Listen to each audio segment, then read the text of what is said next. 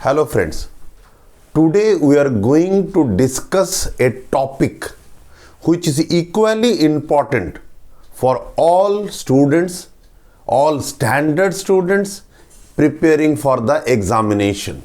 आज का जो टॉपिक है वो सबके लिए इक्वली इंपॉर्टेंट है। ये जरूरी नहीं है आप 10 स्टैंडर्ड में हैं, आप 10+2 में हैं, आप ग्रेजुएशन में हैं, आप कौन सी एग्जाम के लिए प्रिपेयर कर रहे हैं, लेकिन ये आज का टॉपिक काफ़ी अहम जरूरी है। क्यों जरूरी है? Why this topic is important? If you look at the topic how to prepare for the examination, I think the topic itself explanatory, वो खुद बता रहा है वो कितना जरूरी है, कितना अहम है, कितना इंपॉर्टेंट है the preparation for the examination. ये बात सच है कि हम लोग बचपन से लेके आगे तक जितने भी आगे जाते हैं बहुत सारे एग्जाम्स हम देंगे, हमने दे चुके हैं। तो ये जो प्रिपरेशन वाली बात है, प्रिपरेशन हमें समझना चाहिए, क्योंकि एग्जाम से प्रिपरेशन से ही तय होता है आपको कितना मार्क्स मिलेगा, और आपका मार्क्स तय करेगा आगे आप कहां जाएंगे। तो चलिए इसी इंट्रोडक्शन के साथ I think I am quite clear from my side that all my students understood the importance of this topic, how to prepare for the examination. Okay, now this topic we divided into two subtopic. दो छोटे छोटे हिस्से में decide हमने इसको तोड़ा है। First one, how to study, कैसे पढ़ना है। बहुत सारे ऐसे स्टूडेंट हैं जिनको पता नहीं है। हम लोग पढ़ रहे हैं, बुक लेके बैठे हैं, किताब लेके बैठे हैं, लेकिन क्या इफेक्टिव स्टडी कर पा रहे हैं? क्या हमारे एग्जाम के लिए जितना चाहिए उतना मैं कर रहा हूं? Okay, so how to study, how to manage your time. आप अपना समय को कैसे मैनेज करेंगे? देखिए दुनिया में सबके पास 24 आवर्स है। Everyone in this world have 24 hours. Those who are being topper they are also have 24 hours, those who are loser they are also having 24 hours. But how to manage your time, आप इस समय को कैसे manage कर रहे हैं, इसकी बात करेंगे, इसकी चर्चा करेंगे आज के वीडियो में। एक चीज आपने देखा हर जगह पर एक दो वर्ड कॉमन है, how to and how to. How, यही जवाब आज हम ढूंढेंगे आज के वीडियो में। तो चलिए सबसे पहले हम डिस्कस करेंगे हाउ टू स्टडी। सो आज का इस वीडियो का जो पहला अहम हिस्सा है, that I'm already discussed how to study. Okay, so this is we are going to discuss how to study with simple 7 rule. With simple 7 rule that if we remember, then it will help you a lot for preparation for any kind of examination. And mind you, जब मैं preparation की बात कर रहा हूं, I am not only talking about the chemistry, even though my channel name is chemistry with Panda sir. मैं chemistry समझाता हूं, मैं केमिस्ट्री की बात नहीं कर रहा हूं आज। I am talking for all the subject, may be for physics, for math, for bio, for any other subject, you can follow the same 7 rule. Okay, चलिए डिस्कस करते हैं कैसे ये आपको मदद करेगा। राइट ऑल द चैप्टर्स और topics on a paper. Suppose मैं केमिस्ट्री, जैसे मैंने बताया कि मैं केमिस्ट्री पढ़ाता हूं, एग्जाम्पल मैं केमिस्ट्री कर लूंगा, लेकिन this is applicable for all subjects. First one, right all the chapters और टॉपिक्स ऑन ए पेपर। आप एक व्हाइट पेपर लीजिए, पेपर में जैसे जितने सारे टॉपिक्स है, अभी फिलहाल बोर्ड के एग्जाम आ रहे हैं कुछ दिन बाद 10+2 की, तो मैं चलिए उसके एग्जाम्पल करते हैं। केमिस्ट्री में 16 टॉपिक्स है 12 में। What you do first you write all the 16 topics on a paper. Very simple thing. See the rules I am going to tell you, they are very simple to follow and this is absolutely possible. ये possible है। Okay, so first of all जैसे मैंने बताया, आप एक paper में 16 topics लिखिए। Why 16? Because I'm giving the example of the chemistry. So you know that chapter number 1 is the solid state, chapter number 2 is the solution, chapter number 3 ionic equilibrium, 4 thermodynamics, so and so forth. Chapter number 16 green chemistry and nanomaterials. Okay, आपने वो लिखा। उसके बाद classify the topics. अब classify the topics में क्या है? Classify the topics, जब आप उस टॉपिक को लिखने के बाद पढ़ेंगे, आपके दिमाग में ऑटोमेटिकली आएगा कौन सा ऐसा टॉपिक है जो आपको लगता है अच्छा प्रिपरेशन हुआ है। Suppose I am taking, this is a white paper, यहां पर मैंने 1 2 3 4 5 6 7 8 9 10 11 और 16 तक लिखा है। मैंने इतना ही लिख रहा हूं। आप सारे टॉपिक्स को लिख लिया, फिर आप पढ़ रहे हैं सॉलिड स्टेट सीखा, हाँ ओके मेरा अच्छा प्रिपरेशन है। Solution and qualitative properties, okay आपका अच्छा प्रिपरेशन है। थर्ड आयनिक इक्विलिब्रियम, आपको लग रहा है नहीं, मुझे लग रहा है कि ये मैं उतना अच्छा प्रिपरेशन नहीं है मेरा, तो मैं क्या करूंगा, मैं इसको क्रॉस कर दूंगा। थर्मोडायनामिक्स, जब मैं थर्मोडायनामिक्स के बारे में सोचा, थर्मोडायनामिक्स एक ऐसा टॉपिक है जहां पर बच्चों को लगता है जितना पढ़े उतना कम। ओके, थर्मोडायनामिक्स को भी मैं क्रॉस कर देता हूं। Chapter number 5, suppose I am talking chemical kinetics. Chemical kinetics जब सोचा आपको लगा नहीं ये प्रिपरेशन है मेरा, थोड़ा 1-2 बार पढ़ लिया तो अच्छा है, तो ऐसे कुछ चीज को हम क्या करेंगे, विल पुट ए सर्कल। तो इस 3 तरीके से आपने चैप्टर्स को डिवाइड कर लिया। आपने चैप्टर्स जो अच्छे हुए हैं, चैप्टर्स जिसको मुझे लगता है थोड़ा सा और पढ़ा तो हो जाएगा। चैप्टर नंबर 3 जो कैटेगरी है, वो कैटेगरी में आपको क्या लगता है कि नहीं यहां पर मुझे ज्यादा पढ़ने की जरूरत है। और एक चीज मैं बता दूं, जब आप ऐसे कैटेगराइज करेंगे आप दिखेंगे ज्यादातर चैप्टर के आगे आपको क्रॉस लग रहे हैं। That is very very important. Okay, cross लग रहे हैं, ये नॉर्मल है, इसमें आपको डरने वाली बात नहीं है, लेकिन हाँ प्रिपरेशन आपको बहुत ज्यादा जरूरत है। That is there. सो ये हमें समझ में आ गया that how classify the topics. Okay, how to classify the topics. Okay, 3 प्रकार के कैटेगरी करेंगे। एक कैटेगरी अच्छा प्रिपरेशन, ओके राइट मार्क्स। एक कैटेगरी नहीं अच्छा प्रिपरेशन है, क्रॉस। एक in between the two, reporting circle. Done. Then make small target. Okay, जैसे मैंने, चलिए एक एग्जांपल लेते हैं, थर्मोडायनामिक्स।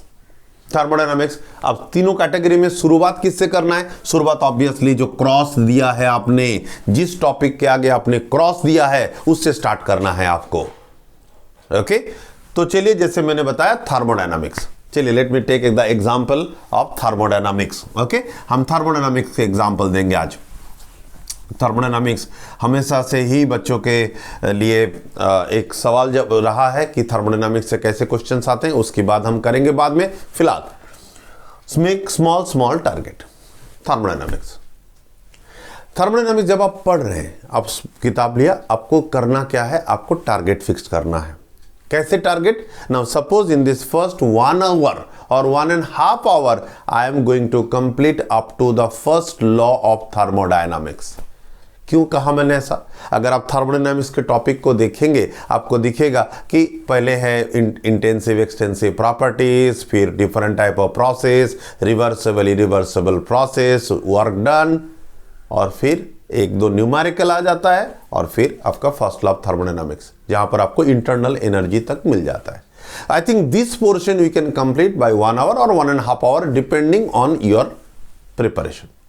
ओके, कैसा आपका प्रिपरेशन था उसके ऊपर आप बेस करके आप टारगेट फिक्स करेंगे। याद रखिए, मैं बार बार एक चीज बोल रहा हूं, even though I am giving the example of the chemistry but applicable for all subject. So small target बनानी है आपको, छोटे छोटे टारगेट बनाना है कि आज मैं 1.5 घंटे में मैं पूरा चैप्टर नहीं पढ़ूंगा, मुझे यहां तक पढ़ना है। फिर जब दूसरा स्लॉट होगा, ओके आपने 1.5 घंटा पढ़ा, आपका टारगेट फिनिश हो गया, फिर आप क्या कीजिए, फिर से आप एक अपना गोल सेट कीजिए कि अगले 1.5 घंटे में then I am going to complete the entire thermochemistry. Why thermo? Because in enthalpy आ जाता है, जहां पर enthalpy of atomization, enthalpy of sublimation, okay bond enthalpy, Hess's law, very important. Okay, so this things you have to complete for another 1 hour और 1.5 hour लीजिए, क्योंकि thermochemistry में बहुत सारे न्यूमेरिकल्स है, न्यूमेरिकल प्रैक्टिस कीजिए। Okay, so this is how you have to do for all the subject. Small target बनाना है। अगर आपका पी ब्लॉक है, पी ब्लॉक में आप पढ़ लीजिए पहले। अगर आप देखेंगे पी ब्लॉक में सबसे पहले फिजिकल प्रॉपर्टीज पढ़ लीजिए, ग्रुप 16, 17, 18 का। फिर ग्रुप 16 का एक घंटा दीजिए, ग्रुप 16 में कैसे डिस्कशन हो रही है, 1 hour for group 17 and I think 40 minutes for group 18, क्योंकि ग्रुप 18 में कोई भी रिएक्शंस नहीं है, दे हैव ओनली एप्लीकेशंस। तो इस तरीके से आप टारगेट बनाइए हर एक चैप्टर्स के लिए, हर एक सब्जेक्ट के चैप्टर्स के लिए आप स्मॉल टारगेट बनाइए। So that is very important. Now जब आप पढ़ रहे हैं, सो मैंने आपको बताया, आपने पेपर में लिखा, कैटेगरी वाइज किया, फिर आपने टारगेट बनाया। जब आप पढ़ेंगे तब आपको जो करना है, जो बहुत ही ज्यादा जरूरी है, I would like to mark it in red colour, read and write. That is very very important for us. Okay, read and write, that is important. आज हम लोग पढ़ तो लेते हैं लेकिन लिखने नहीं लिखते। क्यों नहीं लिखते? क्योंकि हम लोग एक साथ 2-3 पेज पढ़ लेते हैं, then we don't feel that we have to write it. So my suggestion is you read small things. Example जैसे मैंने बताया थर्मोडायनामिक्स, आप खाली पढ़िए what is system, what are the different types of system, बस इतना पढ़िए। System, what is different type of system, you know, open system, closed system, isolated system, but इतना पढ़िए, close the book, write it down. Again आगे जाएंगे, then there is a derivation, very important derivation, I must mention this, and that is the how derive the derivation for the maximum work. We know that in reversible process we are getting the maximum work. So आप बस खाली derivation को देखिए, फिर close the book, write it down. ऐसे थोड़ा पढ़ना है, थोड़ा लिखना है। आप बिलीव कीजिए, जब तक आप उसको लिखेंगे नहीं, एग्जाम में जाके उसको लिखना उतना ही मुश्किल हो जाएगा। So my suggestion for all my students that you have to read and write. थोड़ा पढ़िए, थोड़ा लिखिए। अच्छा, एक सवाल आता है आपके मन में कि सर मैंने पढ़ लिया, मैं लिखने जा रहा हूं। जब मैं लिखने जा रहा हूं फिर मुझे लग रहा है कि मुझे याद नहीं आ रहा है। Okay, good. अगर याद नहीं आ रहा है, again you open the book, read it, close the book, write it down. So I hope you understood, that is read and write. And always जब भी आप पढ़ते हैं, आप साइड में एक रफ नोटबुक रखिए। रफ नोटबुक, जस्ट लिखना है, हैंड राइटिंग अच्छा करना है, सारे एकदम अच्छे से क्वेश्चन लिखना है, ऐसा नहीं।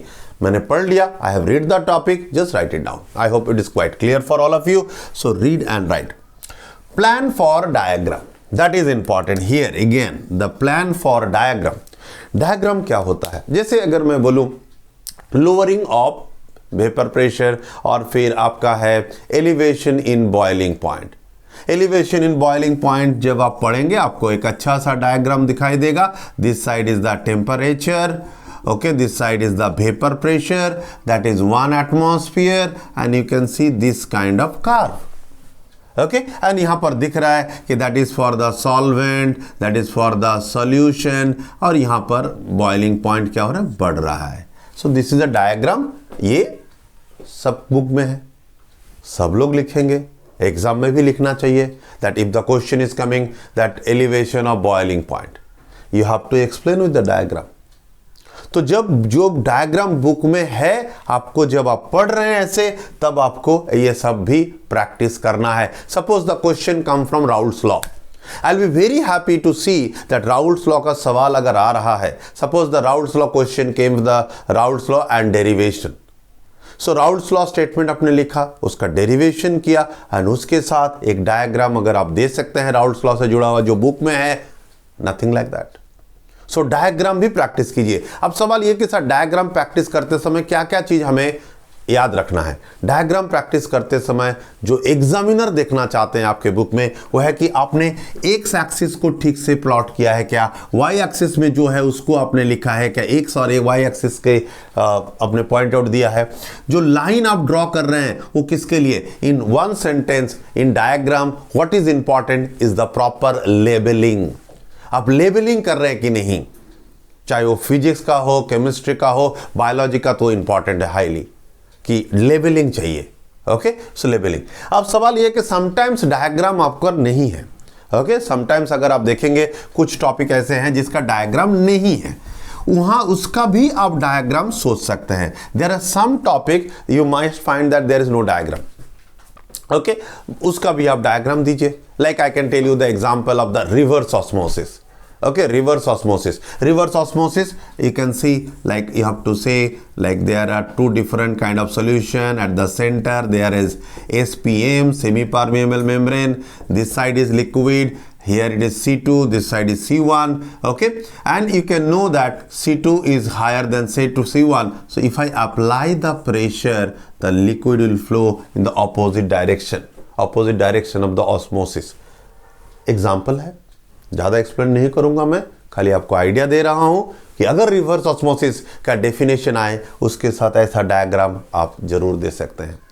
याद रखिए, आप जो आपका आंसर शीट है आप उसमें कैसे लिख रहे हैं वो तय करेगा that how much marks you are going to gate.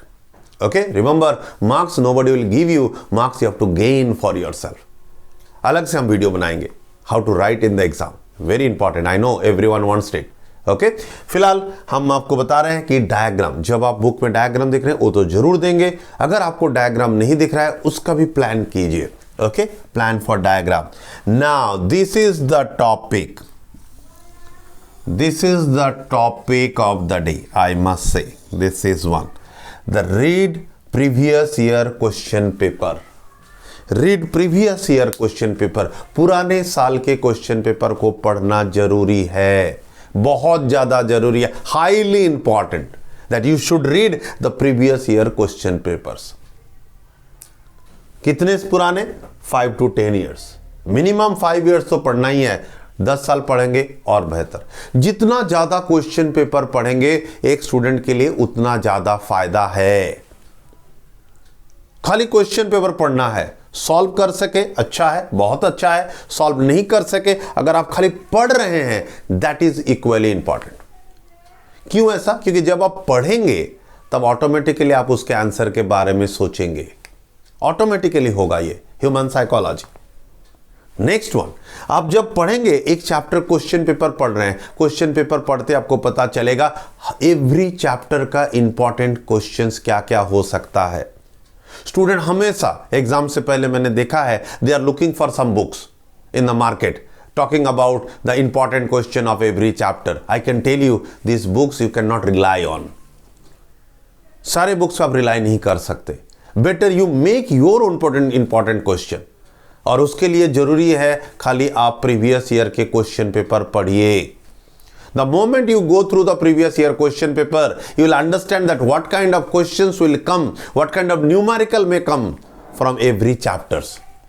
Okay, ऊपर से आपको और फायदा ये करेगा, सपोज एक चैप्टर से लगातार 2 साल से क्वेश्चन आ रहा था, व्हाट इज ऑस्मोसिस, ऑस्मोसिस, बीच में आपने देखा वो सवाल नहीं आ रहा है, 2 साल नहीं आया question, then it is important for you, you understand that osmosis is going to come for you. और like the derivation of the first order reaction, derivation of first order reaction is very very important, chemical kinetics में है, वो question आ रहा था, आपने देखा कि previous year ये क्वेश्चन आ गया है, इट मीन्स ये साल वो वाला इंपॉर्टेंट क्वेश्चन आपके लिए नहीं रहा।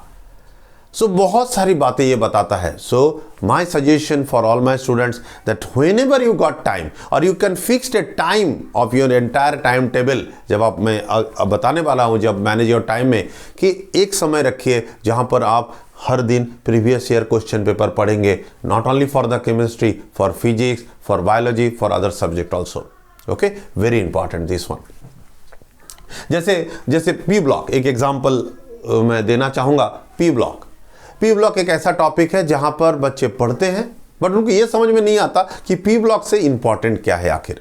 तो लेकिन आप जैसे ही ये प्रीवियस ईयर के क्वेश्चन पेपर पढ़ेंगे, it will help you more and more you read the different type of question paper. Sometimes the exams are going on in different colleges, like suppose you are from a different college and the exams are going on in other college, तो अलग अलग college का अलग अलग question paper होते हैं before the exam. Prelim question paper you collect it and you go through it. तो जितना ज़्यादा आप क्वेश्चन पेपर पढ़ेंगे उतना ज़्यादा आपको फायदा करेगा for the preparation of your examination. The last point in this segment is while reading identify the topics for 1 marks 2 marks etc etc. You know आपका क्वेश्चन पेपर कैसे बनना है, you know the bifurcation of the marks in the question paper. The questions may come for 1 marks, the question may come for 2 marks, question may come for 3 marks, for 4 marks, whatever. तो जब आप question paper पढ़ेंगे automatically आपको ये दिमाग में आ जाएगा कि this point may be for 1 marks, this point may be for 2 marks, that will help you again.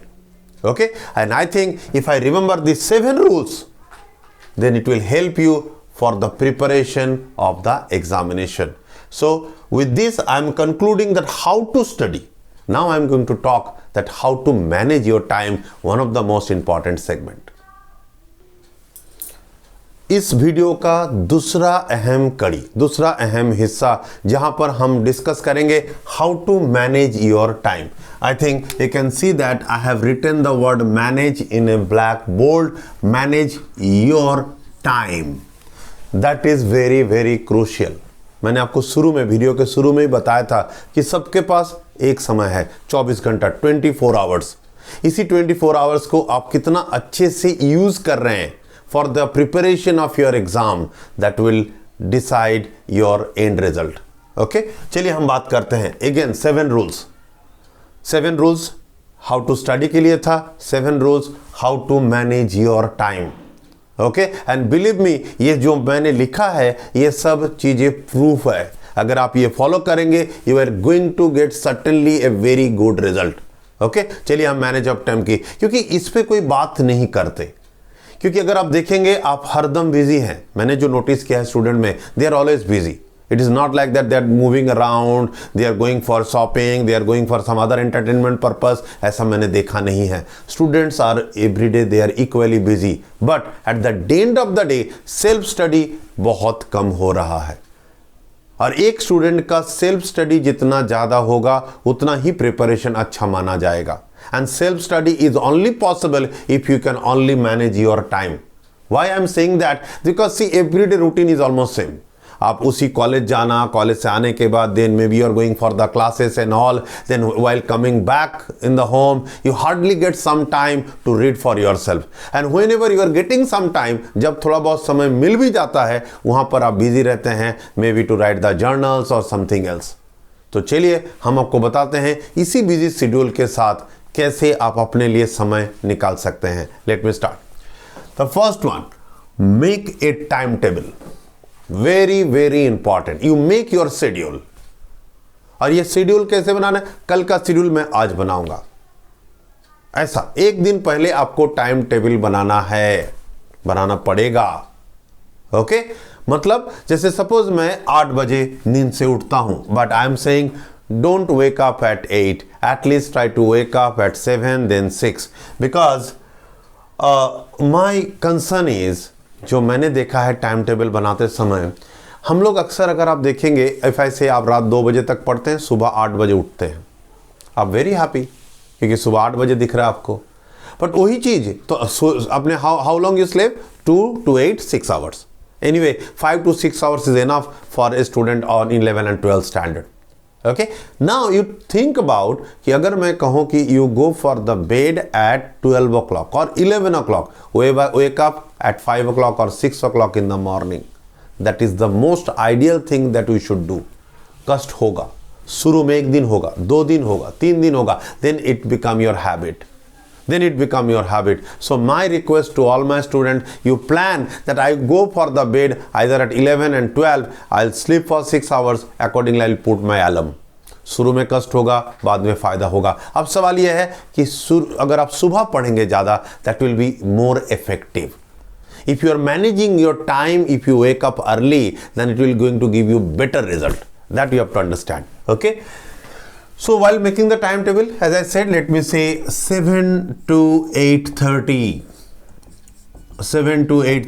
a.m.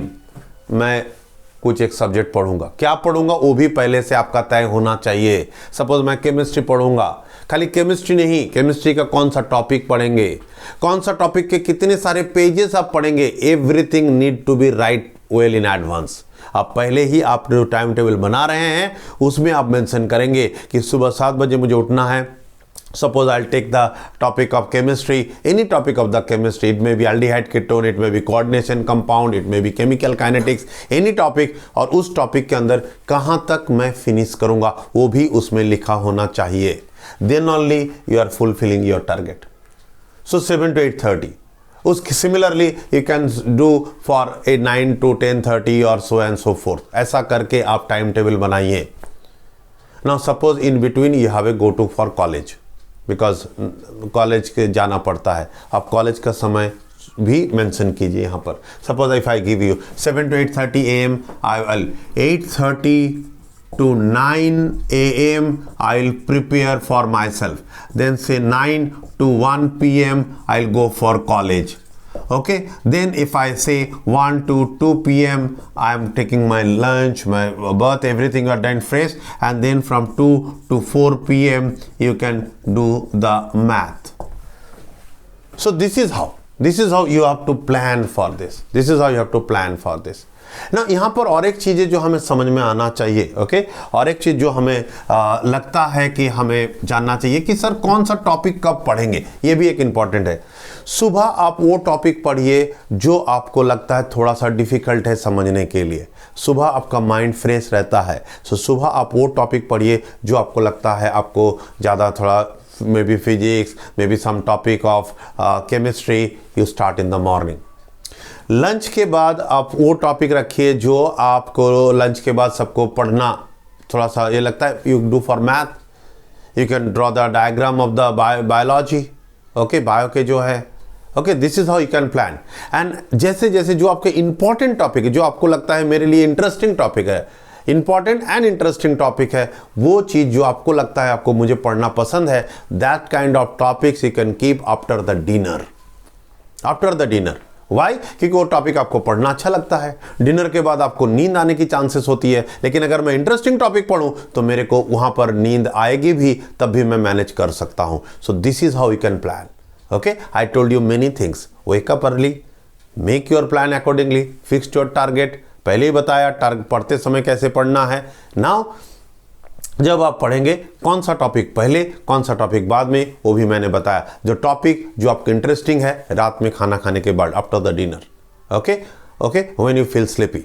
After the lunch you plan for the right legal, maybe math और biology. Okay, in the morning you prefer to reach physics and chemistry. This is how we should take short break and think.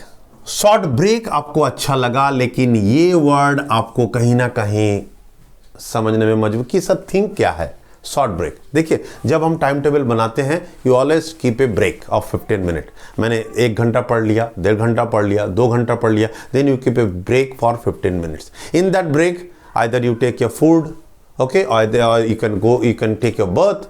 Okay, ऐसे जो खाना खा रहे हैं या अपने कुछ पर्सनल काम कर रहे हैं, जब आप कर रहे हैं ऐसे काम, जब आप ब्रेक ले रहे हैं, तब जो आपने पढ़ा उसको सोचते रहिए, उसी को सोचते रहिए। मैं खाना खा रहा हूं, लेकिन मैंने जो उससे पहले जो पढ़ा मैं उसको सोचूंगा। क्या होगा इससे आप जो चीज़ आपने पढ़ा कहीं ना कहीं आपके दिमाग में उसका रिवीजन हो जाएगा। That is very effective, very very effective. बहुत सारे स्टूडेंट को इससे बहुत फायदा मिला है sir. Okay, so will also follow it. So I understand, take a short break and think.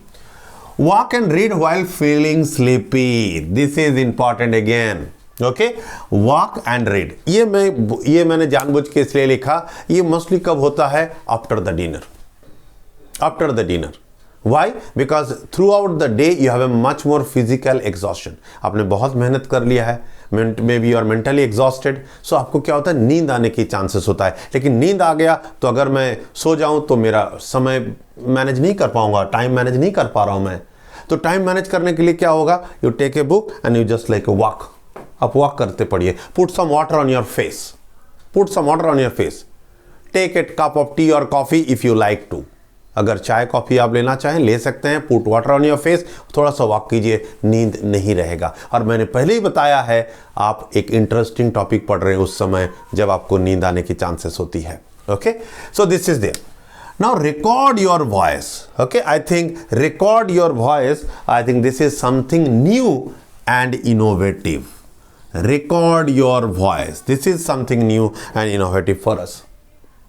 Why new and innovative? Sir, why I said this record your voice? See, everyone have an addiction to the mobile phone. Mobile phone हम लोग सब लोग बाकी सारे savanna भूल जाते हैं, हम कभी मोबाइल लेना नहीं भूलते। सो मोबाइल हमारे साथ है, तो क्यों ना हम उस मोबाइल फ़ोन को ही यूज़ करें for the betterment of my manage my time. क्यों ऐसा मैं बोल रहा हूँ? सपोज आई एम ट्रैवलिंग, आप ट्रैवलिंग कर रहे हैं, you are staying in some other place, और आपको थोड़ा सा ट्रेन में जाना पड़ता है या ऑटो में जाना पड़ता है या बसेस करके जाना पड़ता है to the your destination, to your college. तो हर दिन सपोज मैं आधा घंटा जाने में, आधा घंटा आने में, 1 घंटा मेरा लॉस हो रहा है। तो अगर मैं करूं ऐसा कि जो थियोरेटिकल टॉपिक है, it may be of biology, it may be physics, it may be chemistry, जो चीज़ आप क्या करना है, रिकॉर्ड कर लीजिए।